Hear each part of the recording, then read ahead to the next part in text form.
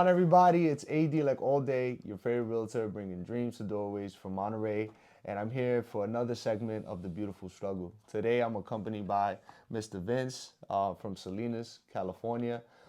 This man is the epitome of leadership. He's very well versed into the community. And Vince, if you could just introduce yourself to the followers. Yeah, AD, thanks for allowing me to share a little bit of my story. I know that we all have a story, and so I'm going to share a little bit about mine. I'm from the city of Salinas, moved away for many years, was out in the Phoenix, the Phoenix area. 17 years of my young adult life spent there, and that's where I was shaped, and God really used that time in the desert to really form me and make me that individual, I would say that vessel, so I could come back to my hometown of the city of Salinas and really do what I believe he's calling me to do. And that has to do with community, our community, really trying to be an influence in our community. Also, I'm a local pastor. I also have a small little cleaning service. I'm self-employed. I started it in Texas. It's called Crystal Clear Services, and that kind of gets me in the door with a lot of people here in my city, not just here in the city, but the Monterey County in general. Eventually, we'll hit the whole entire West Coast, AD. That's amazing, man. You're taking over. I love it. Yeah. This guy's on a roll like toilet paper. I love it. So Vince, take us back to, kind of the early stages of why you started doing what you do, with the community and giving back. Like, there's always like a core motivator for why you started what you wanted to, or something that Yeah. really pushed you. Maybe it was a difficult moment in the past. Difficult moment. Well, let's just go there. Difficult moment for me. I grew up here in the city of Salinas, three-sport athlete, very involved in sports. My mom worked for the Salinas Police Department. My dad had a landscaping business. So I remember going out with my dad, cutting lawns and doing work. He loved what he did. He loved having his customers. He loved being able to have his weekends off. I thought as a kid, seeing my parents, my stepdad raised me. I thought this is pretty good, And but what happened though, going into my senior year, here I am, just ready going in my senior year, looking forward to being just being Mr. Wonderful. It, Yeah. like. And then all suddenly, my parents, my mom and dad, got a divorce, and my dad was stepdad who raised me was having an he was infidelity outside the marriage, Right. and He that was rock. messing around. Yeah, he and was. stuff like Yeah, he was helping himself to the cookie jar. There you go. And it really destroyed our family. My sisters obviously were just decimated by this, and we had to. Well, things didn't work out. We ended up selling our little piece of property, and there we were in Prumedale at the time. We sold our property. My mom would take me and my sisters off to Phoenix, and basically I went into my senior year into what was not what I had planned. And the reason I say that was adversity, because it was adversity for me, because now I lose my father, my pops, and now I gotta step into his place and help mom with making some money, making ends meet, along with being there for my sisters. Me and my sisters to this day are very close, and so it really shaped me as far as like I had to now step up. I didn't do it the right way, so because that's also part of the adversity. Because I was introduced to a lot of mayhem. I started getting into a lot of things that I did not want. That wasn't what I planned to. I would say I was a misfit to society, going to parties, causing chaos, just rocking it, doing a lot of things that I shouldn't have been doing. But God used that time really to step back. I got into a lot of trouble. Could have gone a lot more trouble. Could have seen some jail time had I got caught for some of the things I did. But that was a place of adversity for me. Just not what I was planning for, and so I had to kind of grow up really quick in my early 20s. I didn't have the luxury of just coasting and going to school and getting more education. I call it the school of hard knocks. Of course, yeah, Yeah, yeah, absolutely. But it molded you into the man you are today, yes. and kind of take us back to like one of those, or maybe a few of those several difficult moments that you had, and how did you overcome those? You can pick Yeah, whichever one. well, a hard moment for me is, I had gotten a gal pregnant, got her pregnant, and it was an eye opener because I was like, this was not part of, hey, this wasn't The part path, of the yeah, yeah, this is not what I envisioned. So it really grew me up really quick. I was like, okay, I gotta somehow better myself. I knew, we have a child on the way. right, I knew that I had to start looking for a way to better myself. right, So living in Phoenix, they're in Scottsdale. There are different conferences going on. There's a lot of self-help conferences, and like a Dale Carnegie, and nice, different motivational speakers. And so it really got me on that path to better my life. Ultimately, what it introduced me to was the Bible.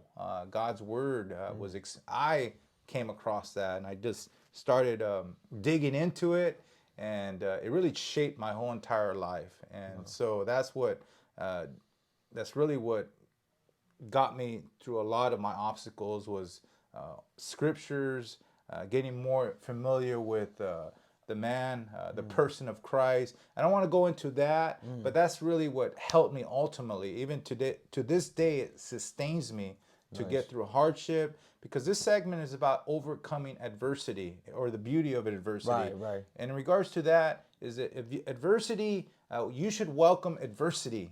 It's part of it comes with the package of life, because when you overcome adversity, obstacles, then you see victory, you see growth.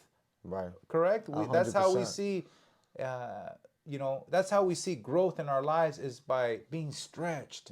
And the only way we're going to get stretched and see victory is through adversity. 100%. It's almost like if you didn't have that difficult adversity or have to overcome that obstacle, you wouldn't appreciate what you have now, as much.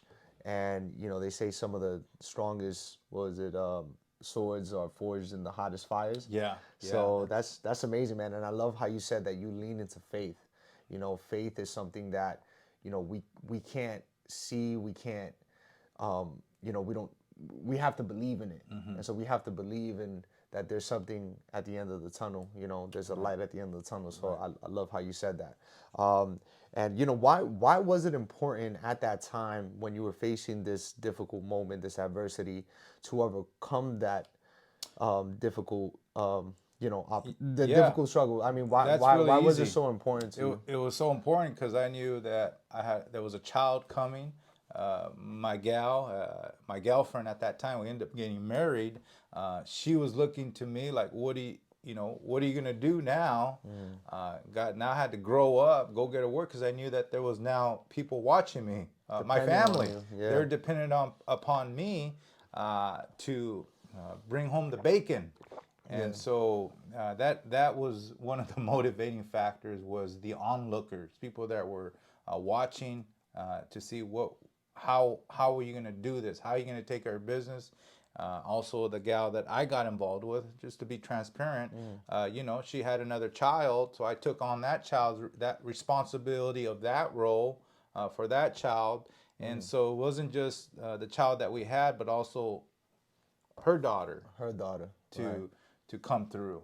Wow. And I can honestly say, though, that in itself was a journey, mission accomplished. I can look back and say, I did my part to be an example, to get through that very difficult time. And we're talking about my early 20s. We Yeah. all make mistakes. Right. I made many. If we're honest, we look at the person in the mirror. You made a lot of mistakes, but it's what we do. It's what we do afterwards. Our attitude. Then, what am I going to do now? Right. Right. So that shaped me in my early years, Right. along with some good mentors that happened to start spilling into my life. That's amazing. Could you tap into that a little bit about mentorship, Yeah. because I feel like that's huge, and a lot of people don't lean on those resources. Yeah. Is those mentors like that could guide you, because when we're in that difficult moment, our fight or flight response, kind of activates, and we think in an emotional state. We don't think with the functional brain that thinks logically. But it sounds like the people that were positively affecting you and mentoring you kind of guided you in the right path. So if They you could just did. tap into that a Yeah, little bit. just a few of the mentors that started spilling into my life, and I really think the hand of God was in it. Yeah. It wasn't so much all the talking they did; it was how they conducted their business. It was how they exemplified uh, grooming their family. I think that's the most important thing. It's not what they told me, though they did share a lot of stuff with me, insight. It was about how they lived their life. There's an old saying, AD, I think you're familiar with it. It's not how much you know. In fact, I shared this with our group last night. It's not how much you know. People don't care how much you know until they know how much you care about them. That's so Because true. once they showed me, but they got to know how much I care first. Yeah, it's that Yeah. giver's gain philosophy. Yeah. You give, you give, and the world, has a miraculous way of giving back to you You what reap you're what looking you for. sow. You reap what you sow. You reap Exactly. what you sow. And that's a principle of life. I mean, Right. it's not just a spiritual principle, but it's also a physical principle. Is that Yeah. whatever you sow out there, it comes back your way. So think about it. We're doing a toy drive, right? Just giving you an example. We're doing Yeah. a toy drive for the holidays. I'm dropping, boom, community boxes all over my area. And the more that I put out, kindness, goodness, my friend, it comes back in a whirlwind. And that's just a spiritual principle, but it's also a physical principle. What I sow into, I reap the repercussions of it. 100%. My mentor always says, "You give it on slices, it comes back in loaves." I Right. like that. And I like that you one. like that? You're gonna have to write that one down. Okay. Hey, so dealing with adversity now, what would you say is your relationship with adversity, given all the difficult moments that you had to overcome? How do you, when you're faced with adversity, how do you react and how do you deal with it and how do you help others deal with it? But I welcome adversity because I know that God, because I'm a person of faith, God is going to try me, my character. The old Vince, I know what the old Vince would do. The old Vince would handle business because I'm a guy that grew up in the streets. I would handle business my way. Today's Vince is going to do it the Christ-like way, my character. And at the right moment, I'll visit this situation. To me, this is adversity.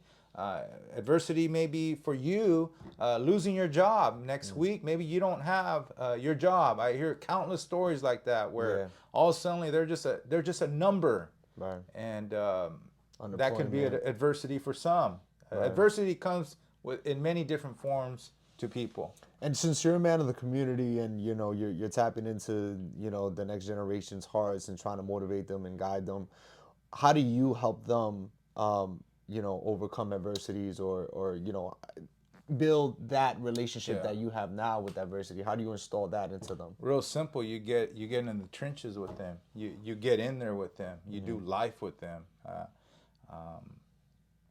I'm thinking about a young man more recently, a few years ago.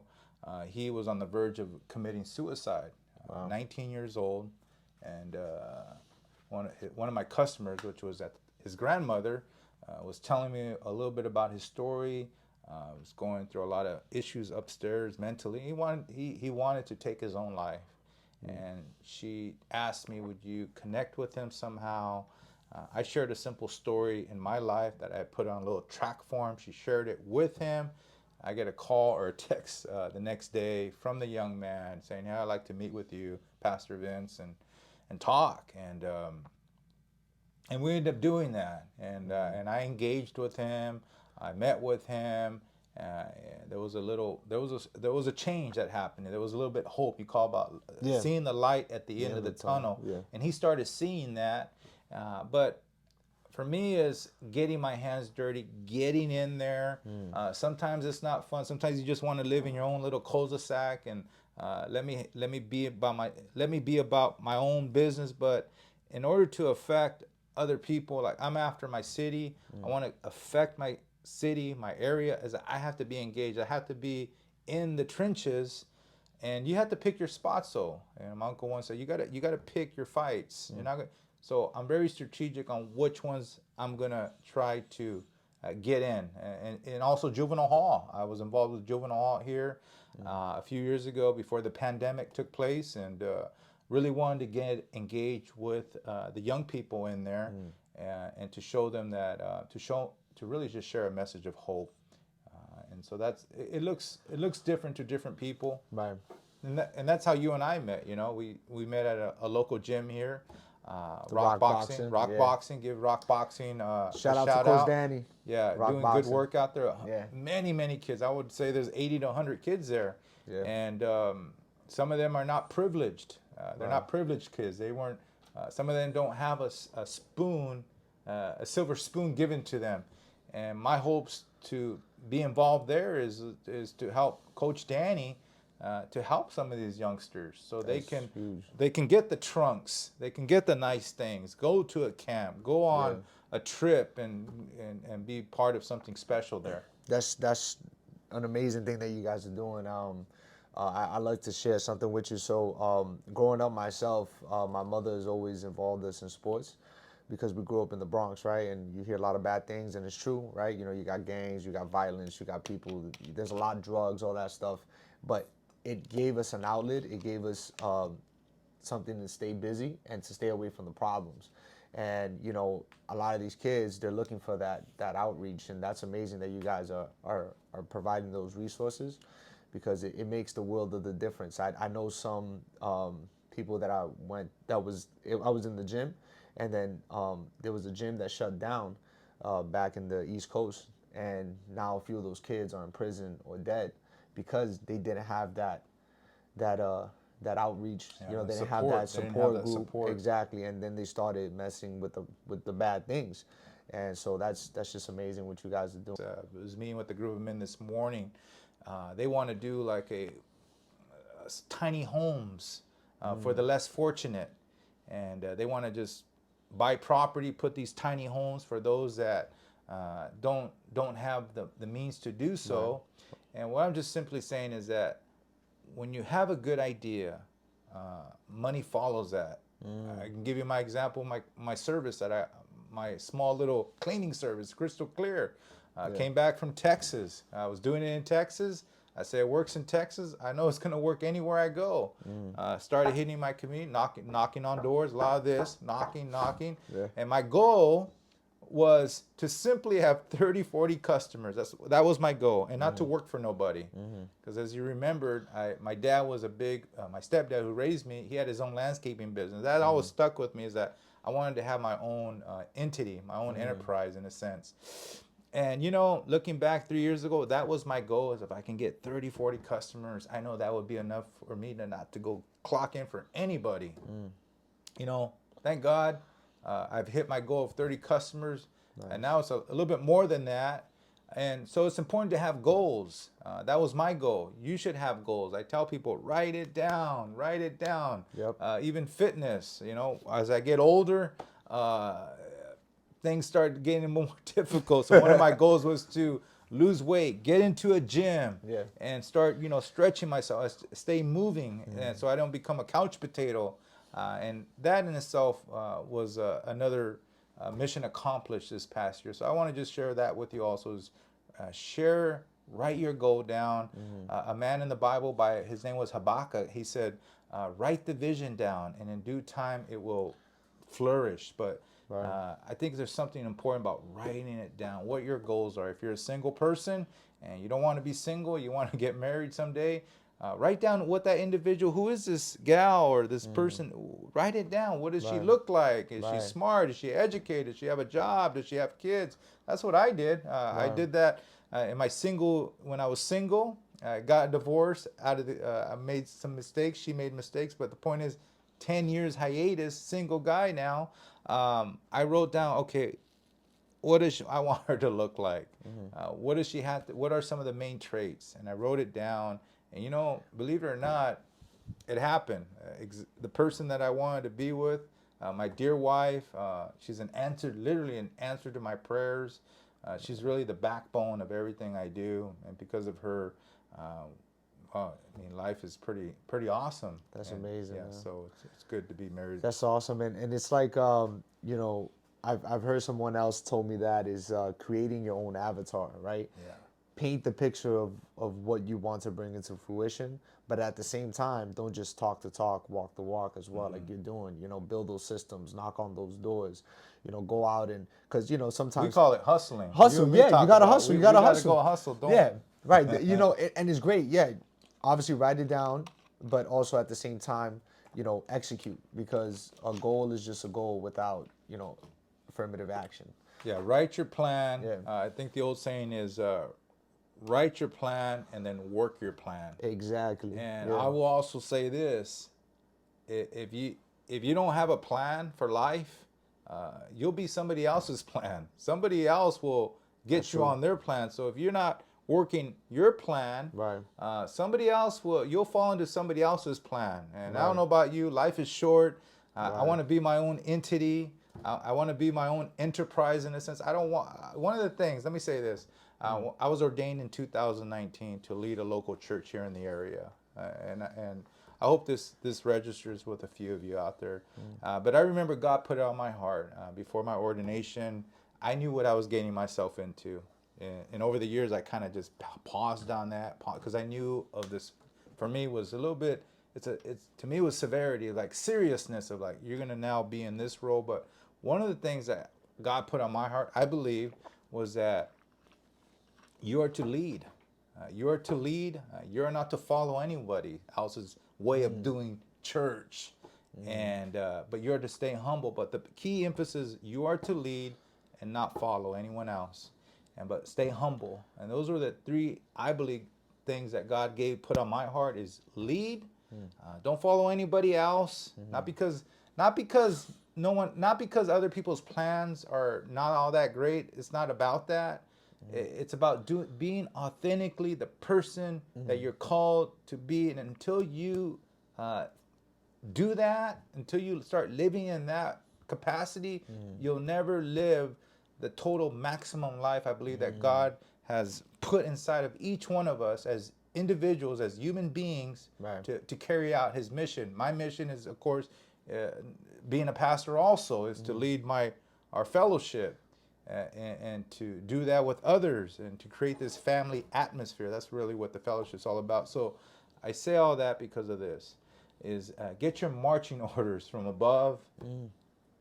It can be career, it could be homemaker, but it's so important that you do write it down and have a dream. Don't let nobody else snuff the dream. Your dreams that you have, don't let nobody snuff it out. That's amazing, man. That's amazing. And yeah, there's a lot of distractions, there's a lot of negativity, there's a lot of people trying to divert you from your dream and your goals. So I love that. I love the inspiration that you just spread. Speaking about that, when it's you know really dark, right? You know, and it's really difficult moments. Where do you feel that possibility lives? Is it more in your heart or is it more in your mind? Or is it a mixture of both? I think it's a mixture of both. I think it's a mixture of both. When I'm in a dark moment or a place is, maybe I'm in a place where I'm unsure how things are going to go, or I step back. I like hiking. I like taking trips up to the mountains. I like stillness. Excuse me. There's a passage of scripture that says that in quietness will be your strength. So when I'm quiet and I'm still, like I love this office right here, right? I love this office, and I utilize it quite a bit for this simple reason: to get up here. We call it the upper room, and just to be still and just to wait for further instruction. And so when you're in a place of unsureness, or as AD called it, maybe it's a dark moment, I would say is get still, wait for further instructions. I can give you many examples of how that paid great dividends. Not to make a knee-jerk reaction, but to wait for instruction. And once instruction is received, and then you go out and take those steps, whatever I that's like supposed that. to look like. I like that, yeah, because a lot of people, as soon as they feel that a moment happened to them or that stimulus that made them react a certain way, they react with their heart, which is more of an emotional standpoint, and where they can make the wrong choice. But then you said, hey, stay in silence, just wait, just think it through, let those emotions kind of relax, and then you think with your mind. Right. And but yeah, I love that because it's a balance. They say that, in fact, at this group of men I was meeting with earlier, one of the guys had been incarcerated. I think he spent 15 years. He was in a DUI murder, DUI slash somebody had died in the accident. And but they say that people that are incarcerated, it takes like less than 2 seconds for them to make that decision. It's only a 2-second decision that had they thought about it and just like, I'm going to step back. But oftentimes we make knee-jerk reactions, and it can cost us severely. Right. And I don't know if that statistic is totally accurate, but there are people that make mistakes, whether they're incarcerated or not, and they end up in their own little jail because they made some bad decisions rather than waiting. Yeah. Exactly. That goes right back to that previous response that you gave. And how do you find the beauty in the struggle now when you live your life day to day, helping the community, doing your business? You know, how do you extract those beautiful lessons and from your difficult moments that you experience day to day? Yeah, so there's been many, many difficult moments, not just in my adolescent years, but even more in the last several years as I've gotten more community oriented, whether it's putting on men's conference. We hosted a prayer breakfast here with the mayor involved. That was amazing, by the way. But there's been one thing after another, and this is a satisfaction that I get, okay? Is that there's a scripture in the Bible, and you're going to hear me refer a lot to the Bible because that was the game changer in my life. It is what it is. Right. But one of them says that do not heap praises on yourself, but rather let others heap praises on you, not you yourself. But when I get affirmation from people saying, this is what I hear a lot of, is Vince, keep doing what you're doing. I hear that from a lot of people is keep doing what you're doing. So I take that to mean this. I know what I'm doing. I know I'm about my father's business, and it's doing a lot of good. But doing that does bring adversity. But I got to keep doing what I'm doing, and as I keep doing what I'm doing, it opens a lot of opportunities, a lot of doors open. I find myself sometimes AD in places in people groups that I'm like, how did I end up here talking to these really giants in our community, people that I think they're pretty important, and I'm thinking, how did this happen? And I know whose hand is in it. I know who put me there. So enjoy the process. Also lavish in your victories. When you come through the adversity, and now you're like in cloud nine. AD sells homes. He makes the deal. He makes the sale. He gets his cut. Lavish in it, relish the victory, relish the moment. That's important. I think also is just step back and celebrate your wins. Celebrate your wins. There you go. Even in football and team sports, they teams win the big prize. Yeah. And there's a celebration involved for the next 2 months. They go on vacations. They they go into the street parades, and they're recognized for their accomplishments. So hopefully you take some time also to relish your accomplishments in life. That's so true. I mean, it's because really, what is it all worth for, right? Yeah. Well, why not enjoy the fruits of your labor, right? Even if it's small, even if it's just going out to dinner, even if it's just, patting yourself in the back saying, man, I did a good job.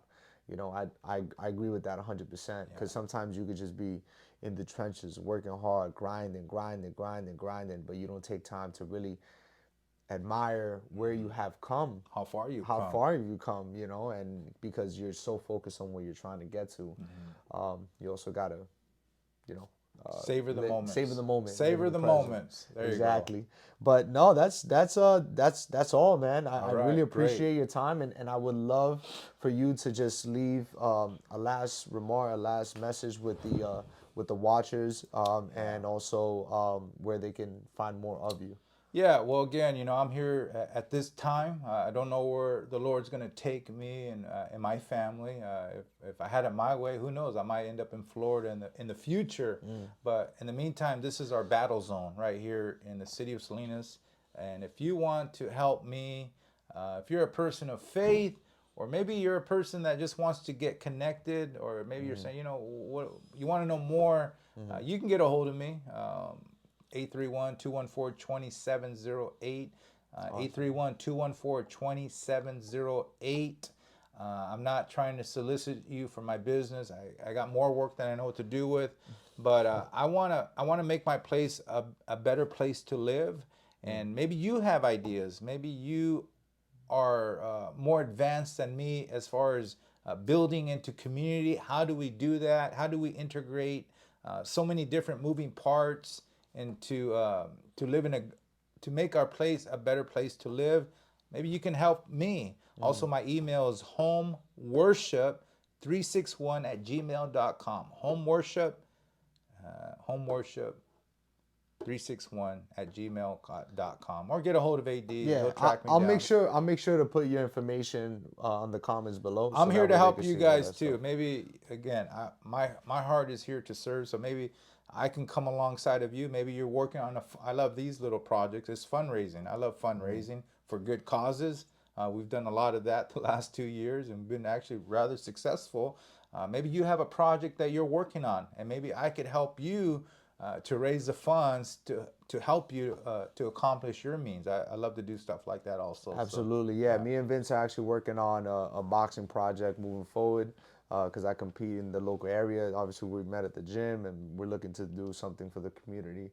So stay tuned for that. And thank you so much, Vince, Thank for you your for allowing time, me to your do words, this. and thank you, everybody. If you loved what you just saw, please like, subscribe, and comment what you'd like to see next. But other than that, thank you again for watching The Beautiful Struggle, and until next time.